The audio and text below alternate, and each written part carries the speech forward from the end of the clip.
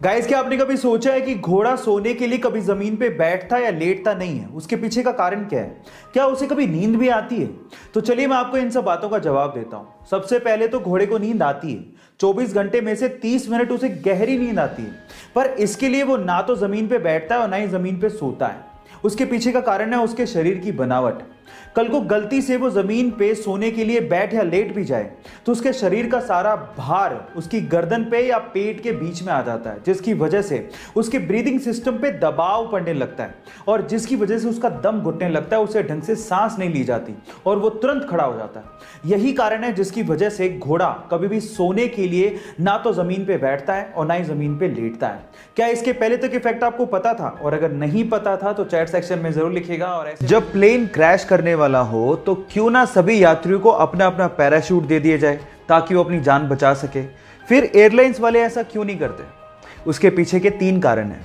पहला कारण, पैराशूट बहुत ज्यादा भारी होते हैं जिससे ईंधन की खपत बढ़ जाएगी, और दूसरा, पैराशूट बहुत ज्यादा महंगे भी आते हैं। दूसरा, पैराशूट को चलाने के लिए इनिशियल ट्रेनिंग की जरूरत होती है जो कि जरूरी नहीं कि हर यात्री के पास हो।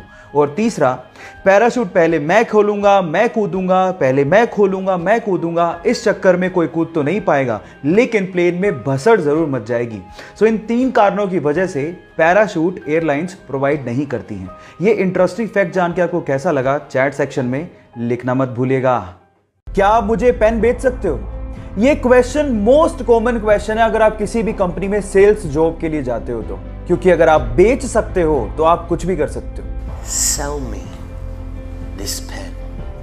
मैं आज आप लोगों को इस मोस्ट कॉमन क्वेश्चन का आंसर बताता हूं। ऐसे एक इंटरव्यू में एक बंदे से पूछा कि क्या आप मुझे पेन बेच सकते हो, तो उसने पेन लिया और उस बंदे को थोड़ी देर बाद कहा कि सर ये फॉर्म भर दीजिए, ये लकी ड्रॉ का फॉर्म है और अगर आप इसे भरेंगे तो आप 1 लाख रुपए की लॉटरी जीत सकते हैं। तो उसने कहा बिल्कुल भरूंगा, लेकिन मेरे पास पेन नहीं है। तो उसने कहा ये लीजिए सर पेन, 10 रुपए का है सर, भरिए, may be you can win 1 lakh रुपए लॉटरी। उसने तुरंत खरीद लिया। Now the moral of the story is, अगर आपको कोई चीज बेचनी है तो आपको उसके लिए जरूरत पैदा करनी पड़ेगी, और अगर आपने जरूरत पैदा कर दी तो वो चीज अपने आप बिक जाएगी। Got it? जब रतन टाटा ने पहली बार अपनी ड्रीम कार टाटा इंडिका को बाजार में उतारा तो उसका रिस्पॉन्स बहुत ही खराब था।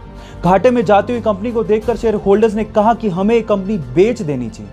ना चाहते हुए भी टाटा इसे बेचने के लिए यूएस फोर्ड से मीटिंग के लिए गए, लेकिन उस मीटिंग में फोर्ड ने टाटा का अपमान करते हुए कहा कि अगर तुम्हें कार बिजनेस की इतनी समझ ही नहीं थी तो इस कार की लॉन्चिंग में इतना पैसा क्यों लगा दिया।